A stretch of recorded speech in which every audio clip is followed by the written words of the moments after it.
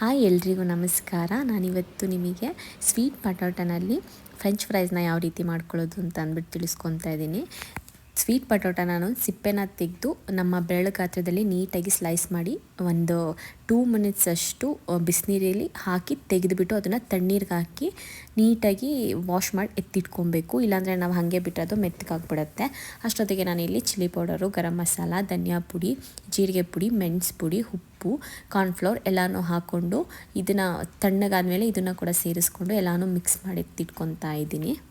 ಎಣ್ಣೆನ ಕಾಯಕ್ಬಿಟ್ಟು ಎಣ್ಣೆ ತುಂಬ ಚೆನ್ನಾಗಿ ನೀಟಾಗಿ ಕಾದ್ಮೇಲೆ ಅದಕ್ಕೆ ನಾನು ಫ್ರೆಂಚ್ ಫ್ರೈಸ್ಗಳನ್ನ ಮಾಡಿಟ್ಕೊಂಡಿದ್ದೀನಲ್ಲ ಅದನ್ನೆಲ್ಲನೂ ಸೇರಿಸ್ಕೊಂಡು ನೀಟಾಗಿ ಕ್ರಿಸ್ಪಿ ಆಗೋವರೆಗೂ ನೀಟಾಗಿ ಬೇಯಿಸ್ಕೊತಾ ಇದ್ದೀನಿ. ಈ ರೀತಿ ನಾವು ಸಂಜೆ ಟೈಮ್ ಮಕ್ಳಿಗೆ ಮಾಡಿಕೊಟ್ರೆ ತುಂಬಾ ಇಷ್ಟಪಟ್ಟು ತಿಂತಾರೆ. ಸಂಜೆ ಸ್ನ್ಯಾಕ್ಸ್ ರೆಸಿಪಿಗೆ ಇದು ಬೆಸ್ಟ್ ಅಂತಲೇ ಹೇಳ್ತೀನಿ. ಎಲ್ಲ ಮಕ್ಳುಗಳು ಇಷ್ಟಪಟ್ಟು ತಿಂತಾರೆ. ಐ ಹೋಪ್ ನಿಮಗೂ ಕೂಡ ಈ ವಿಡಿಯೋ ಇಷ್ಟ ಆಗಿರುತ್ತೆ ಅಂತ ಭಾವಿಸ್ತೀನಿ.